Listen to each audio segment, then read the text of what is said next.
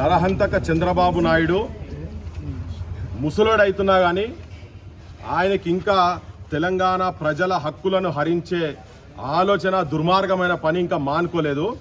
ఒక బక్కపల్సటని మా తెలంగాణ రిపోర్టర్ను ఇంతకుముందు మొన్న తీసుకుపోయి కర్నూలు తీసుకుపోయి గొడ్డును కొట్టినట్టు కొట్టి ఇటు ముగ్గురు అటు ముగ్గురు కూర్చొని కాలర్లు బట్టి ఇట్లా పైకాని బేహోష్ అయినాక కూడా 30 డిగ్రీ టార్చర్ చేసిందని చెప్పి తెలంగాణ ప్రజలకు మొత్తం చెప్పినాం. ఏది తనకై తన అడిగిపోతే దొంగ కేసు పెట్టి అక్కడ కూడా దొంగ కేసు పెట్టి ఇవాళ మళ్ళీ ఇంకొక దొంగ కేసు అదేదో రాజ్యాంగాన్ని తిట్టిందని అని దొంగ కేసు పెట్టి తీసుకొని పోయి విజయనగరం తీసుకొని పోయి మరి ఎన్కౌంటర్ చేద్దాం అనుకున్నారో ఏమనుకున్నారో మాకు ఎరకలే. కానీ ఈ లోపల మా వాళ్ళందరూ మా మీడియా సోపతోళ్ళందరికీ తెలియగానే ఇటు కుడుకొచ్చి కూర్చున్నాక వాళ్ళు వచ్చినాక అందరు సెల్ ఫోన్లు గుంజుకున్నారు ఫస్ట్. మళ్ళీ మేము గడబడి చేసిన తర్వాత సెల్ ఫోన్లు ఇచ్చిండ్రు. ఎవరు అందరు లోపటేస్తాం ఆయన అంటే అందరు లోపటేరి మా మీద కూడా కేసులు పెట్టి నడువు మేము కూడా వస్తామని చెప్పని అందరు సిద్ధమైన తర్వాత ఇక వాళ్ళు దిగొచ్చారు. మళ్ళీ ఇప్పుడు దిగొచ్చి అలా పై ఆఫీసర్లతో మాట్లాడారు. మరి అంత ఎటుపోతుంది ఏందనుకున్నారో ఏందో తెలియదు.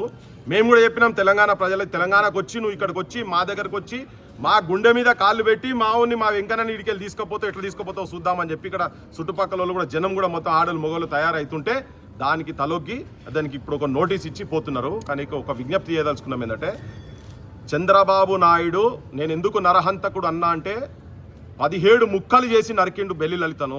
గద్దరన్న మీద 6 తూటాలు గుచ్చిపించిండు. తెలంగాణలో పల్లెలా దమనకాండ చేసిండు ఇక్కడ మొత్తం చంద్రబాబు నాయుడు. ఇప్పటికీ ఆయన మారతలేడు.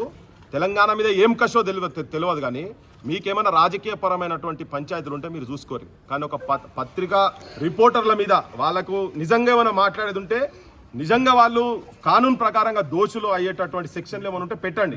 ఎవరెవరు దీన్ని ఎవడు కాదంటలేడు. కానీ దొంగ కేసులు పెట్టి చేస్తా అంటే మాత్రం చంద్రబాబు నాయుడు నువ్వు నీ కొడుకు నీ ప్రభుత్వాలు కావచ్చు అక్కడ ఉన్నటువంటి ఇంకా ఎవరైనా కావచ్చు ఇక్కడ తెలంగాణ ప్రజలు పుట్టిగా చేతులు కట్టుకొని కూర్చోరు.